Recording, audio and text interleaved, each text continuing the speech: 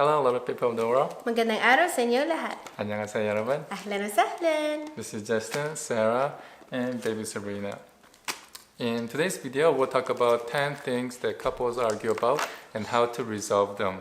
These are our techniques that we use to resolve our arguments. And we're not experts at this thing. This is just what worked for us, and we sort of figured that out over time.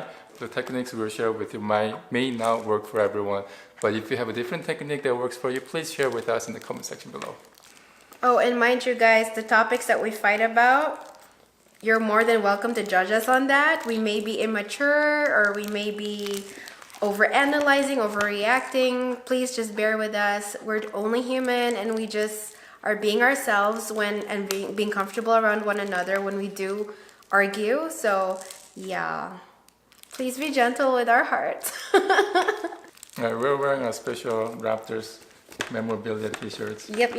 It's like since we've gotten them, we've never gotten the chance to wear them. So we're like, we might as well just put them on for a video. So I hope you like it. Okay. Number 1. Oh my God, honey. She gave me such a hard time. I was like up there for 2 hours and she just did not want to focus on breastfeeding and she's just so distracted. I don't know what I'm going to do. Oh, such a hard time. What are you yelling at me for? I didn't do anything. I wasn't yelling. Yes, you were. I wasn't yelling. Yes, you were. All right, does this sound familiar? Excuse our acting. We're not experts or actors at all. It may not be, why are you yelling at me? It could be something like, why are you snapping at me? Or why are you throwing me under the bus? Yeah, what are you mad at me for? This happens because there's a bit of a miscommunication. From my part, I understood Sarah as throwing her anger at me just because she was frustrated. And I should have understood that she was not necessarily throwing her anger at me, but she was frustrated and she was just letting her frustration out. And you know, you guys, like, what Justin didn't understand that day also, like, it was kind of my fault on my part. Like, I should have given him sort of an intro or sort of, what's the word? I should have eased my way into venting towards him and maybe even explained to him, okay, honey, is it okay with you? Can I vent right now?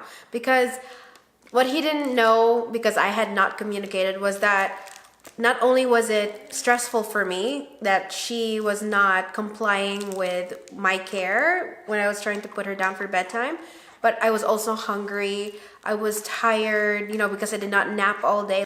And then I come down and then I just assume that he understands my struggles or my frustrations and I just let him have it. But there was no intention for me to have a tone to my voice. Like, I literally was not mad at him. So this is how you resolve this. As you heard earlier, my response was, why are you angry or why are you yelling? So I was making an accusation, using the pronoun you.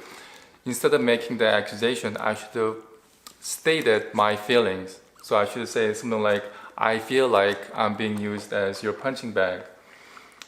Is there something bothering you? Do you want to talk about that? If I've said that, I'm not making an accusation towards Sarah. I'm expressing how I'm feeling at this moment. Or how I'm making him feel. Right. So Sarah might not realize that that's how she's making me feel, even though that was not her intention to use me as her punching bag. And by me saying that, she gets to realize that that's how I'm making him feel. It's coming across as. Yeah. So once you start using the I phrases instead of you phrases, then we can solve a lot of miscommunications. You can say, I sense that you're upset, or I feel like I'm being cornered. By using these I phrases, you can de-escalate the situation, as opposed to using the you phrase. You're gonna escalate the situation even more. By me saying, why are you yelling at me? She's gonna yell back at me even louder. I'm not yelling at you. And then it just goes to another level of frustration and anger. What I should have done is come downstairs and say, oh honey, I had such a difficult time upstairs. Is it okay if I tell you more about it? Or is it okay if I vent to you right now? Then that would prepare you, right? You would feel more prepared, like, okay, she's gonna yell, she's gonna raise her voice, she's probably going to make me feel like a buffer right now. Number 2. Honey, can you please put the laundry in the dryer? And you're like, okay. Then I come home and then the clothes are still in the dryer. So then I go like, honey, why didn't you fold the clothes? I thought you want to fold it yourself because you have a special way of folding them and organizing them. But honey, it's common sense. If I ask you to put the clothes in the dryer, it means fold them after it's done. You can't expect me to read your mind. I'm not a mind reader. Oh, cut. Okay. How many of you can relate to that? Show of hands, 1, 2, 11. Can't see nothing. How to resolve that? I think the way to resolve that is to try to put yourself in the other person's shoes and try to think about it from other person's perspective before you expecting someone else's to do certain things without you actually communicating it. Before you judge the other person for not doing it. Because in your mind, you may think what you are expecting of your partner is a common sense to you because you grew up that way. Everybody you know around you, your family, your friends did a certain way, so you think it's common sense. But for your partner who grew up in a completely different family with different set of friends, did things differently, and to them it's not a common sense. What you expecting your partner to do is not a common sense. Just swallowing your hand the whole time. You're like, she's like. And number 3, bottling things up and exploding. Okay, so we would have a regular conversation, and then all of a sudden he would just burst out at me with anger. He'd just go like, oh my goodness, this is so annoying. You keep doing this to me. You keep bringing this up and all that. And I'm like, whoa, chill. I was just asking you a question or whatnot. Like, where's all this coming from? And apparently Justin has been bottling things that I say that annoy him. He's been bottling up inside or letting it slide or hiding it sweeping it under the rug all of this time. And so it comes to a point where he reaches his saturation point and he just full out gets mad at me on the spot. Explain yourself. Okay. So why that happens is because at the time when Sarah says something that annoys me, we have certain schedule that we need to follow, and I didn't want to hold up our schedule, so I just pretend I didn't hear it and let it go, and hopefully I don't have to deal with this anymore if I just pretend it never happened. But if I do that, she doesn't know that what she did bothered me, and then she would do it again, and then if I try to let it slide again, then the third time it happens, that's when I just completely explode. And I say something like, why do you always do this? You always do this to me. And of course, he's never explained from the very get-go. The very first time I committed an error to annoy him, he did not explain to me that it annoyed him. The second time it happened, he still did not tell me about it. So of course, for me, I'm left in the dark. I'm like, you need to tell me these things so I know not to let it happen again. She's eating your arm. She's hungry. So I think it's important that you and your partner set a time where you communicate these things every day. Pick a time when it's convenient for both of you, when you're not hungry, you're not exhausted, when you're ready to talk about hard stuff. When you set a time to talk about this, you have to express what was bothering you, or what your partner said that bothered you, what your partner said that annoyed you, and phrase it, I phrase, so that you're not making accusations. Sometimes you might have to let it slide for a while because you're busy and you have to get things done because you don't want to spend 2 hours talking about this when you have a lot of things to do. Or you don't want to start a fight unnecessarily when you're about to head out the door. Exactly. But it's important to always talk about this before going to bed. Right. Never go to bed angry. Number 4. Miscommunication. I narrowed down my top 2 hotels that we can book for our vacation. Our friend said it's easier to cancel a reservation than to book it. Okay. So when she said that, in my mind, I heard it as go book the hotel reservation right away. Mm-hmm. But in her mind, she never said that. I never said right away. In fact, that ended up becoming a topic of argument because I found out that he had already booked it without telling me about it. No, without including me in the decision to book it. But prior to that, I've been telling her what are my top choices for our hotels for our upcoming vacation. So I've been including her in the decision making all along, except that right before clicking the button that says confirm reservation, I did not include her in the decision. So that's a classic example of a miscommunication where you thought you heard something else, even though when the person who's saying it did not meant it that way. Yes. So what's the resolution for this? Always communicate.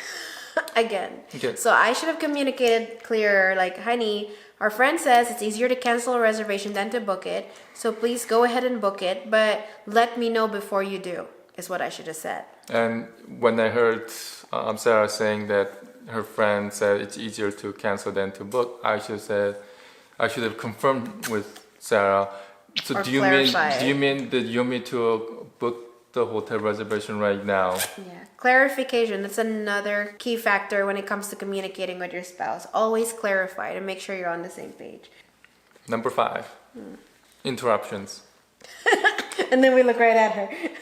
When we're having arguments, it's common for one another to interrupt each other because we have so many things that we want to say, and as soon as your partner says something, that triggers in your mind a response to that. So even if your partner didn't finish her sentence, you kind of talk over your partner, which creates tension and escalates the situation because you feel like you're being interrupted and you're not being heard. Yeah.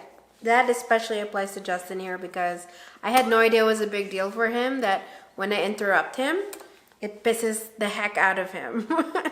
Pisses him off, and I had no idea that bothered him so much because I get interrupted all the time in family arguments, like at home, and it means nothing to us as a family. We're used to interrupting each other. So I had to take into account the fact that that's one of Justin's pet peeves.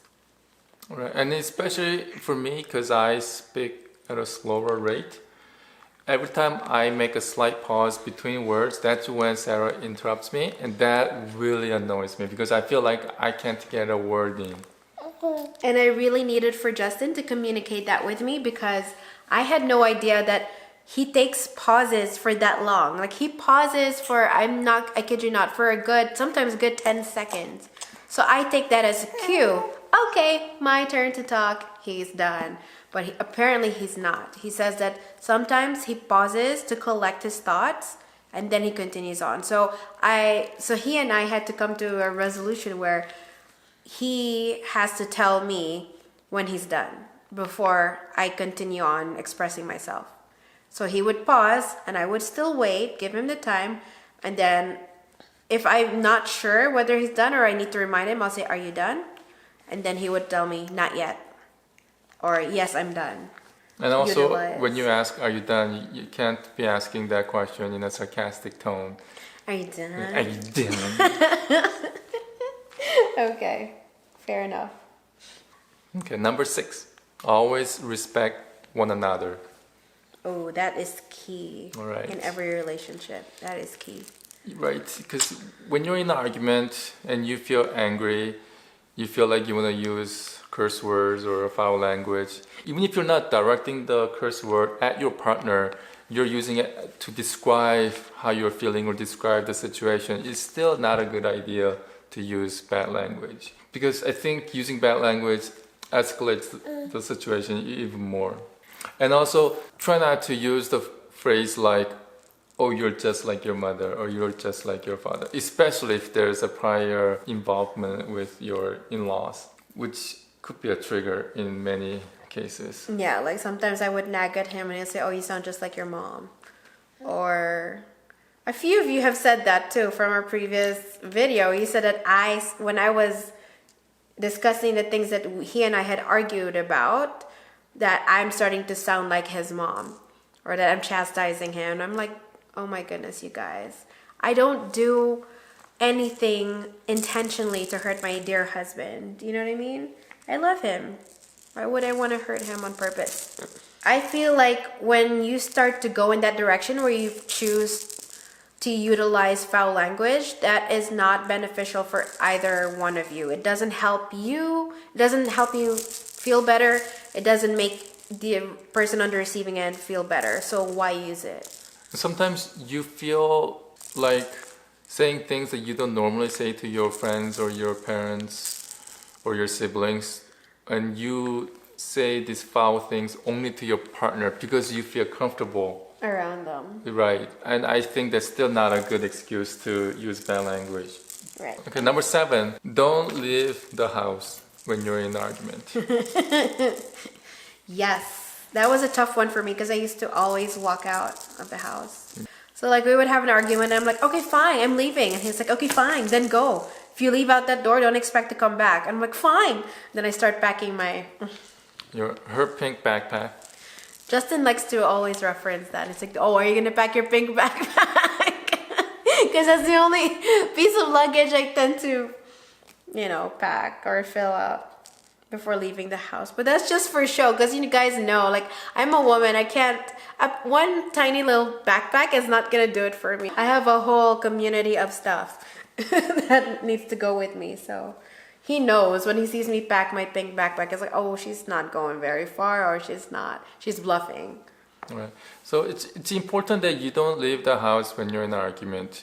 You may go to a different room just to calm down, because when you're in a heat of argument, you may need to calm yourself down, bring your heart level back down so that you don't use the foul language like we mentioned earlier. Or you don't end up calling each other names. Right, that you can't take back. It's gonna scar your partner even more if you say something that you really shouldn't have said. You can leave the room and go to the next room, but always communicate to your partner that I'm just gonna take a few minutes to go to the next room to calm down first, and then we'll talk about this later. When you say that, the other person should be respectful of that. You should not be following the other person around and keep nagging or keep trying to continue the argument. Mm-hmm. If the one person has requested time out to calm down for a few minutes, you should always be respectful of that and let the person calm down and then resume at a later time when you feel like you have a clear simmered head. Down. Yeah. And which is really tough for me back then, because I'm talking like the beginning, first few years of our relationship. It was tough for me because I'm the type of person that wants to deal with the problem or the issue head on. Even though I like to walk out, I still would rather have him deal with it right on, as opposed to him saying he needs a moment. That used to bother me a lot. I'm like, what do you mean you need a moment? Let's just fix this now. Get it over and done with, right? So I had to be more compassionate and more considerate when it comes to his feelings and his ways of dealing with issues. If he needs more time, I should have given that to him. Okay. Because if you leave the house in the middle of an argument, it sends the message that the person who is leaving the house is okay with ending the relationship. That's how the person on the other side would receive that message. Or the person on the other side who is being walked out on might even think that he or she is not important to that person and that he or she could be easily abandoned by this person. It does not help anybody if you walk out. You could, like he said, go to the next room, take your time to simmer down, but try your best not to walk out of the house altogether. Okay. Number 8, don't bring up the past. It goes something like this. How can you trust you this time when you did that last time? And then you would talk about what happened in the past. Then it feels like you can never resolve this argument because you're always gonna go back to the same thing in the past. And it feels like that you can never move forward when you're always talking about the past. Right. So once you have resolved the past, don't bring it up and deal with the current situation that you're in, the current topic that you're arguing about, instead of talking about what happened in the past, therefore you're gonna do this again. Yeah, because you have to give that person another chance, like always do your best to give your spouse, your partner, your loved one another chance, because you love them, you want them to be a part of your lives forever. So you might as well just give them chances, because they're only gonna commit errors as you get to know them better. Like nobody's perfect. And also, Try your best not to bring up the past, because you have to learn to forgive and forget, because that helps you move forward along the way. If you keep bringing up the past, you will keep living in the past. In order to move forward and build a brighter future together, you need to let things of the past go. Number 9, don't keep scores. Some couples like to keep score as in like, I did the laundry last 3 times, so now it's your turn to do laundry. Yeah, or I did laundry, I vacuumed, I dusted, so you need to cook. Right. So in relationship, it's a partnership, not a competition. So you don't keep score of who did what. Instead of keeping score, just try to complement each other. Where your partner falls short on one thing, that you try to make up for it. I've learned from somebody really, really wise that it's not 50-50 in marriage. It's 100-100. When you're in a relationship, before getting married or before getting into a serious relationship, it's 50-50. But once you're in a serious, invested relationship or you're married, it's 100%. So it's 100-100, like Justin said. You have to give your relationship or your marriage 100%. You have to give it your all without expecting anything in return. That's the only way you're going to find, one of the ways that you're going to find happiness in your relationship is if you don't keep score, if you give it your all, and then that way, at the end of the day, you have absolutely no regrets. And you hopefully will not have any resentment as well. Right. You do things for the relationship because you love your partner. And because it makes you happy to do things for them. Right. And to see them happy. Number 10, avoid saying things like, do you even love me? Okay, I'm at fault here. Or do you even like me? The reason why I say asking that kind of question is bad, because you're asking the question in a negative sense. You're asking, how much do you not love me, as opposed to how much do you love me? If you are insecure about your relationship and you want to reaffirm your partner's love for you, then try to ask the question in a positive sense, like how much do you love me, as opposed to how much do you not love me, or do you even love me? Because if your partner asks that question, like, do you even love me, it makes me feel like that you are questioning my sincerity or my commitment in this relationship.